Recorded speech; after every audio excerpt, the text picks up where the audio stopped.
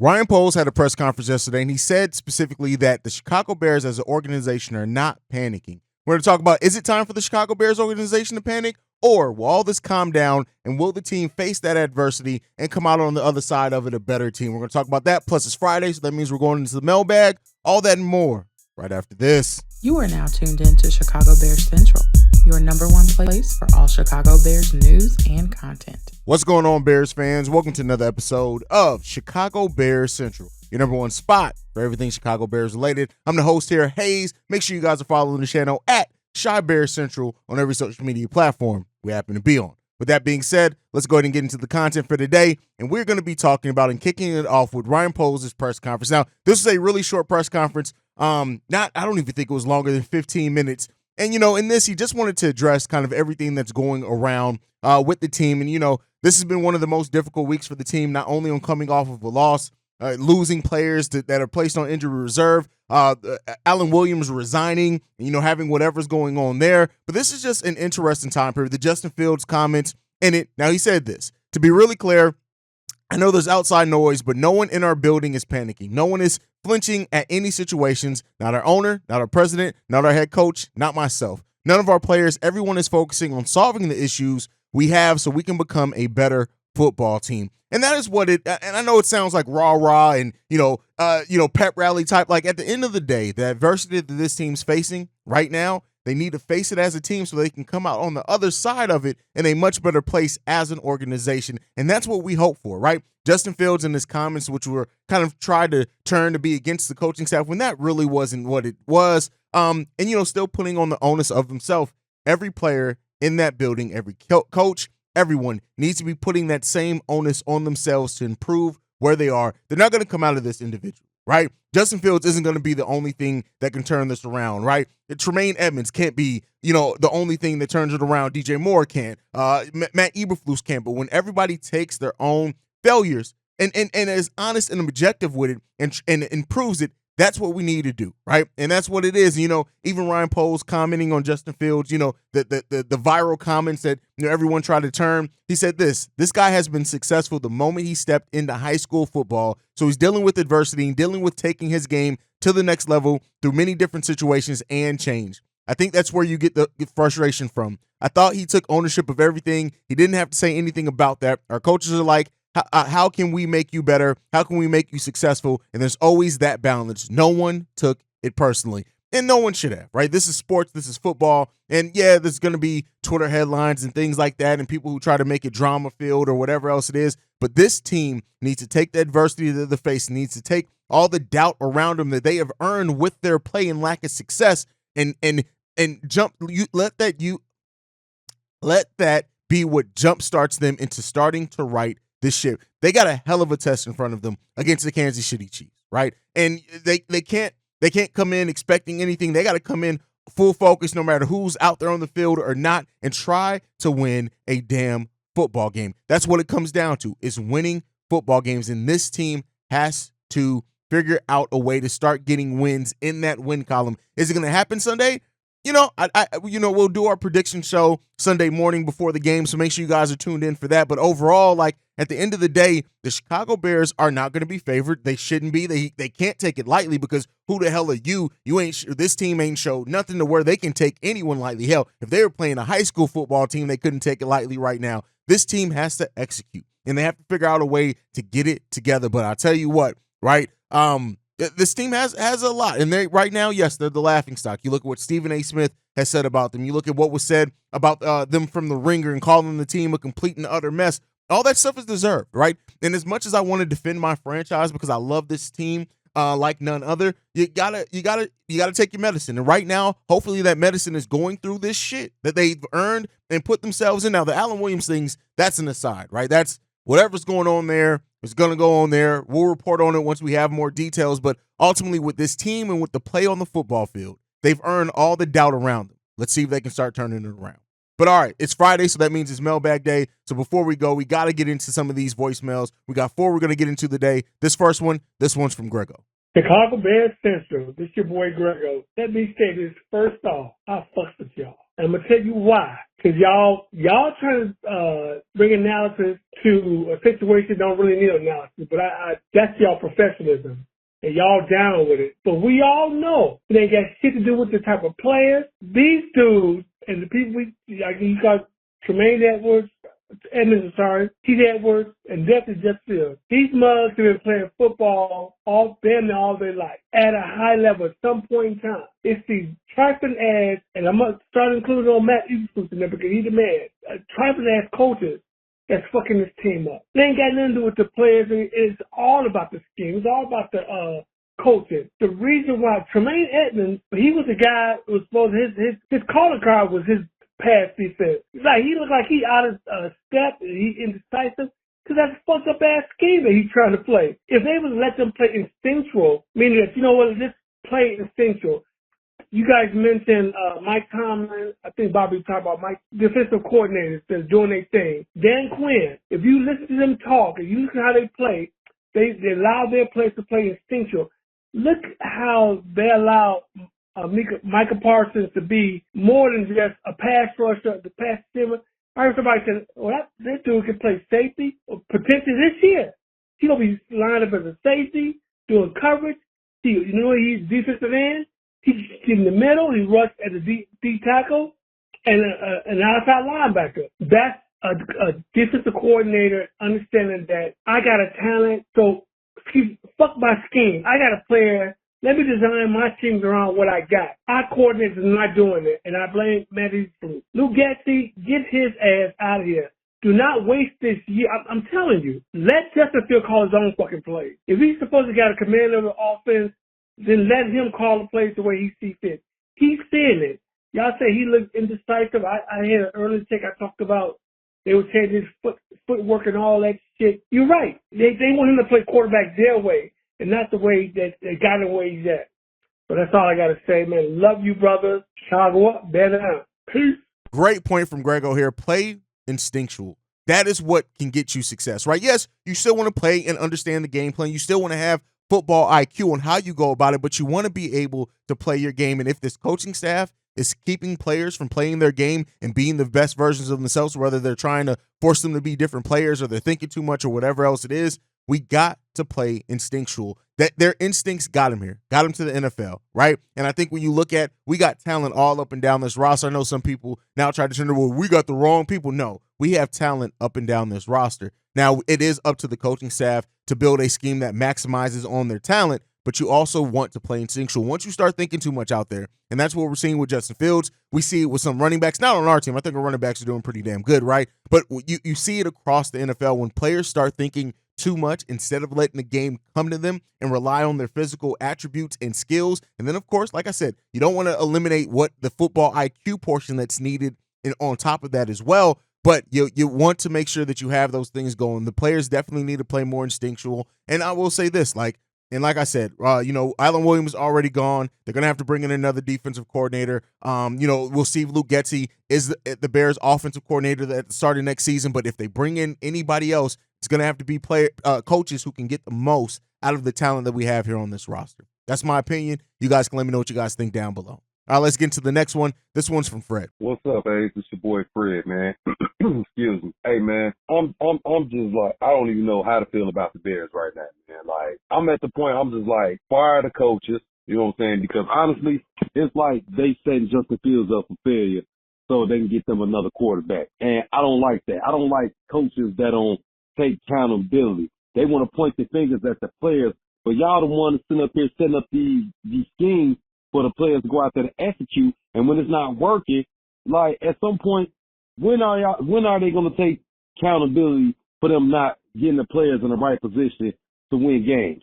Like, I even got to point fingers at Ryan Poles because I think he was a miss on the coaching. Like, he was better off getting Brian Daboll because Daboll could have really helped Fields develop into that quarterback that we know he can be. And Alan Williams, you're a soft-ass, scary defensive coordinator. I don't like to play for a soft-ass, scary coach. And I'm a former defensive guy when I played ball. I can't stand playing for no scary-ass defensive coordinator. You know what I'm saying? Them guys got to go. I think Matt Eberflus deserves to be on the hot seat because he's not he's not doing what he's supposed to do. And then, like you said and touched on, like, you's a defensive-minded coach. Ain't no way in hell our defense should be ranking at the bottom of things. Yeah, okay, we did okay against the run or whatever, though, but at the end of the day, like, our defense should be way better than what it is, though. And as far as, like, the line, they need to let that dude Finney start. They need to let that boy Carter start at the guard. And, like, Nate Davis, I'm just like, man, that was a bad signing. Because this dude don't show up. Then, you got Braxton Jones, who's hurt now. And it's like he went backwards instead of him going forward. Like, when we gonna get it together, man? Like, I'm seeing all other teams around the league, they take it off doing good, got good players, all that. When are the Bears gonna actually enter that, that conversation talk to where people are talking about the Bears like the Bears are an elite team? Because right now they're trash. And I got mixed feelings about them right now, man. So at this point, man, I think the Bears should fire that whole coaching staff and bring in a whole new coaching staff and revamp that whole line for Justin, though. Let me know what you think, man.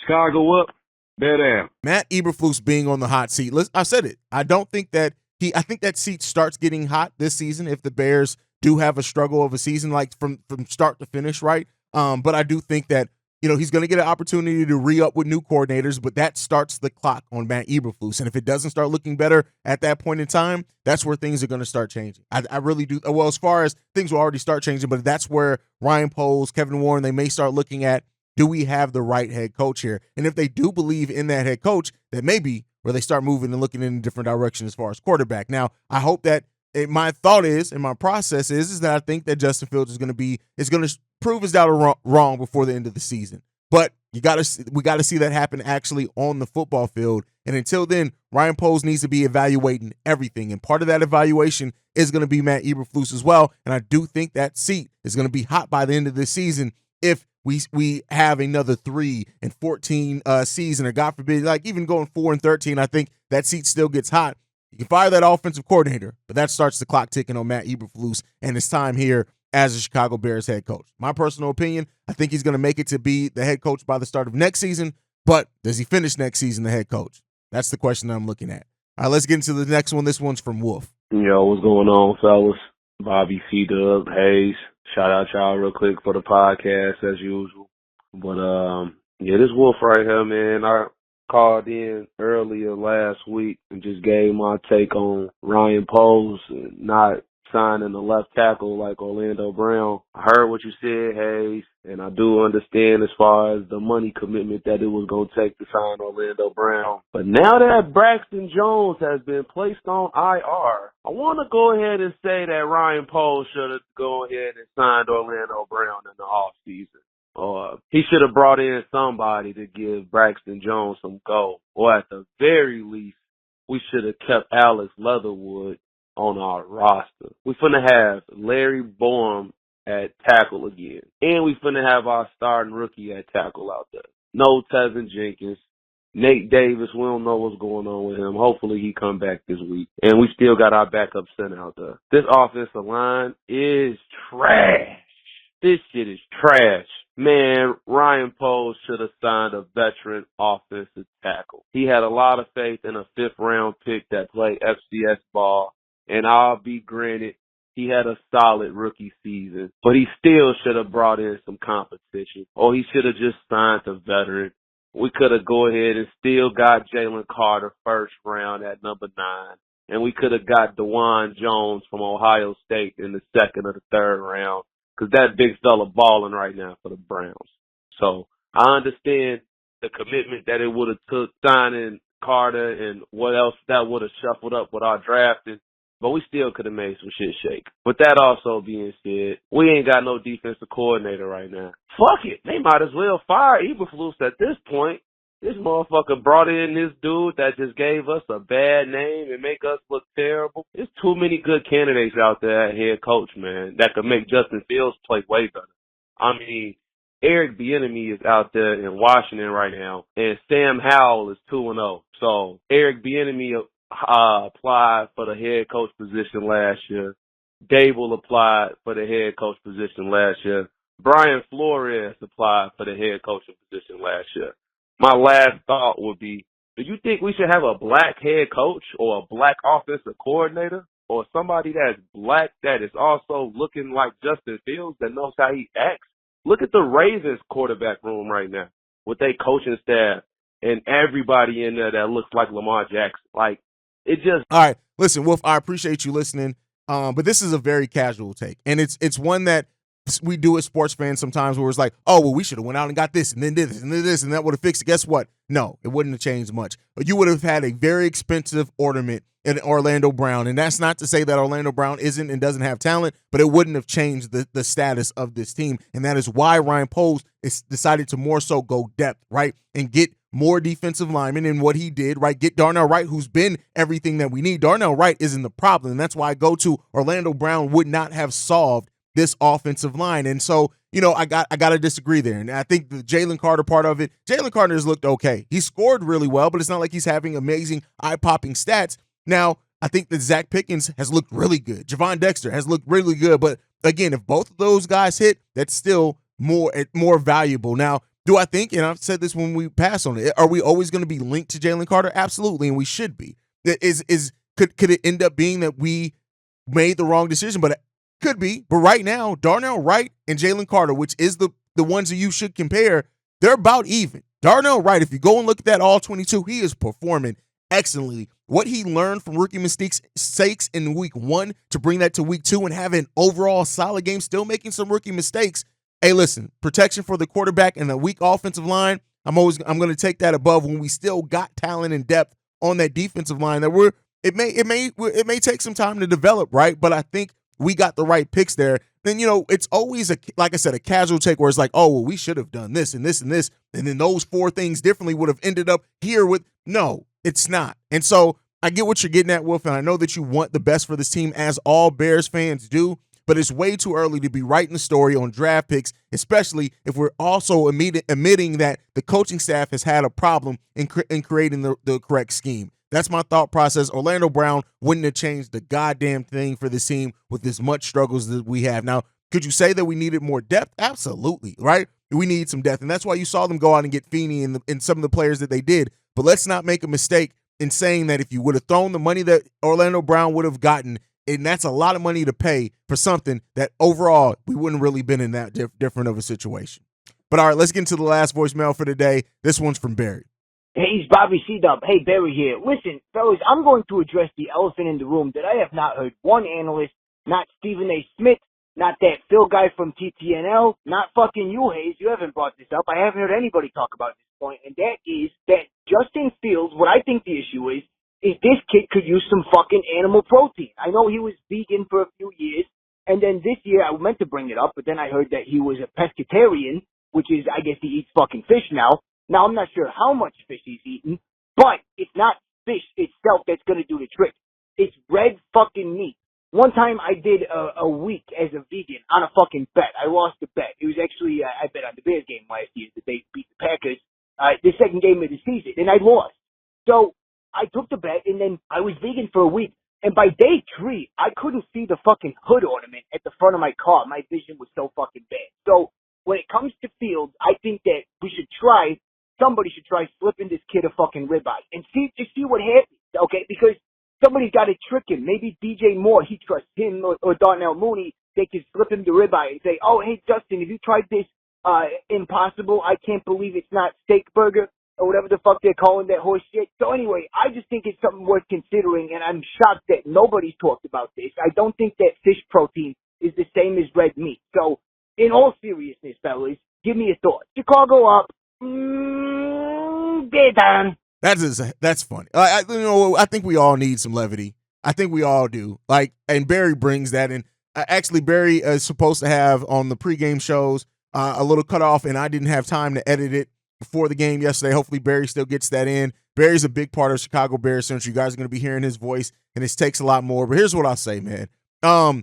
I get what you're getting at, and I went vegan too before, especially when I was super fat and had to lose a lot of weight. Still fat, but it is what it is. But I do think that if what he's doing, believe me, he's balancing out other things for his vision, right? So you don't need just red meat for your vision. Your body reacted that way because you're used to having red meat. with Justin Fields being a vegan, it's really not going to change much. He just needs to get his head out his ass and play a little bit better, and we need to protect him better. Like, again, it's not all on Justin, but Justin isn't abstained from it either, right? So hopefully we see that better play, and we'll see, hopefully this team starts pulling together. But that's my time for today, guys. Thank you so much for tuning in to another episode of Chicago Bears Central. Make sure you guys are following the show at Shy Bears Central on every social media platform. You can also send us any feedback, questions, comments, concerns, chicagobearcentral@gmail.com. And lastly, if you want to leave a text message and our voicemail, 773-242-9336. We are the number one spot for everything Chicago Bears related, thanks to you guys. And like to end every episode on Chi-Town up, but bear down. Love you guys. Peace, y'all. This has been a presentation of the Break Media.